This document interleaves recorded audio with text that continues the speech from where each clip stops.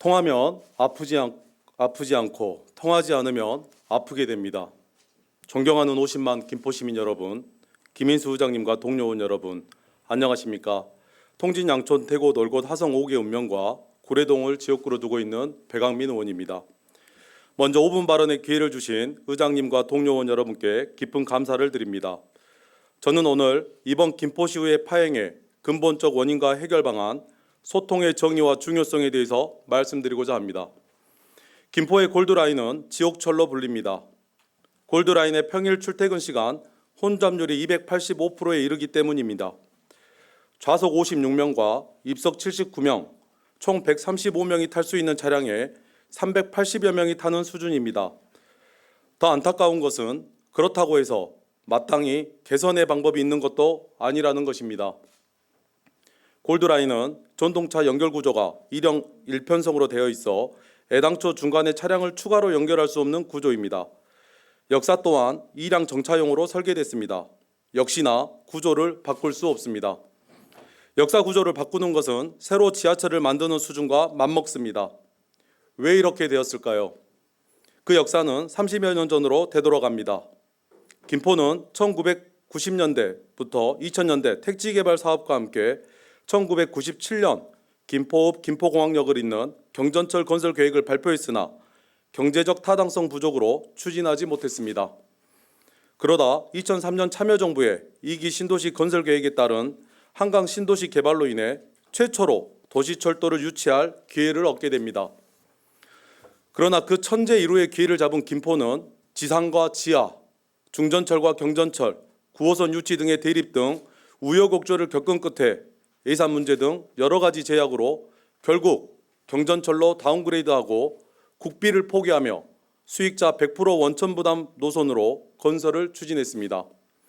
그 과정에서 당시 유영록 시장은 승강장 규모와 관련해 이용 수요 증가에 따라 사량 규모 역사가 필요하다 판단되면 실시 설계 단계에서 수정 반영을 위해 노력하겠다고 김포시의회에 보고를 했습니다. 하지만 정작 경기도에 심의 요청된 사업계획 승인안은 일량 규모로 축소되었고 시의회와의 협의, 보고 등은 제대로 이루어지지 않았습니다. 그리고 그 결과 지금 수많은 시민들은 출퇴근 때마다 지옥철이라는 악명 높은 골드라인 속에서 고통에 신음하고 계십니다. 다시는 반복되어서는 안 될 일입니다. 수기와 공감 없이 이런 중차대한 사업이 추진되어서는 안 됩니다. 견제와 감시, 시의회가 그 역할을 소홀히 해서는 안 되는 이유이기도 합니다. 지난 14일부터 17일까지 제223회 임시회가 예정되어 있었습니다. 하지만 당초 예정대로 의회가 열리지 못한 데에 대해 시민과 언론의 비난과 우려가 있음을 잘 알고 있습니다. 이에 대해서는 시민 여러분께 다시 한번 머리 숙여 사과의 말씀을 드립니다.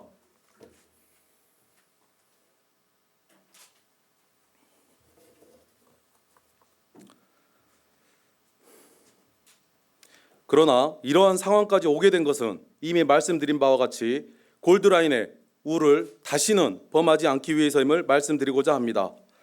김포시의회는 지난 6일 시의회 3월 원래회의에서 김포시 도시철도과에 김포시 광역철도 타당성 조사 및 전략계획 수립 연구 중간 용역 보고를 요청했습니다.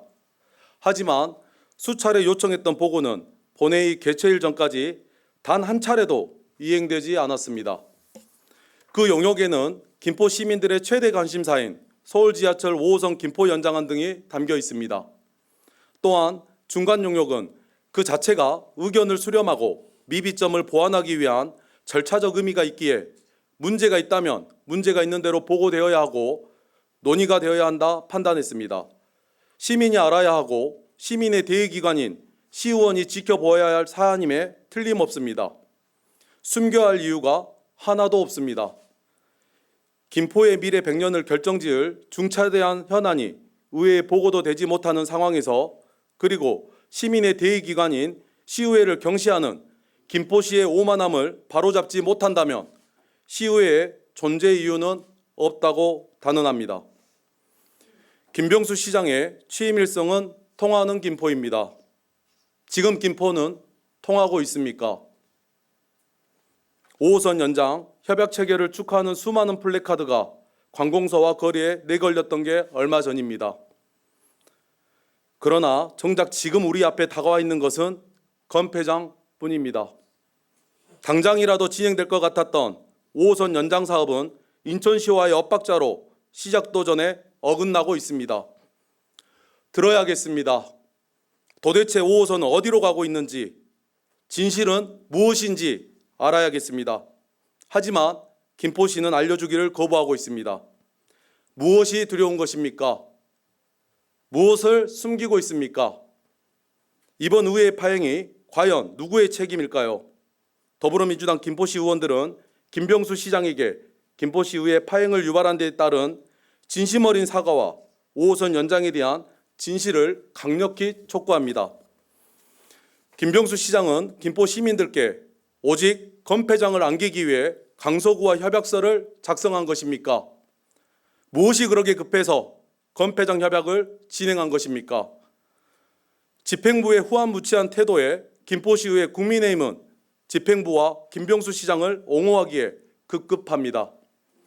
여당과 집행부가 그렇게 강조하던 소통과 초당적 협치는 어디에서도 찾아볼 수가 없습니다.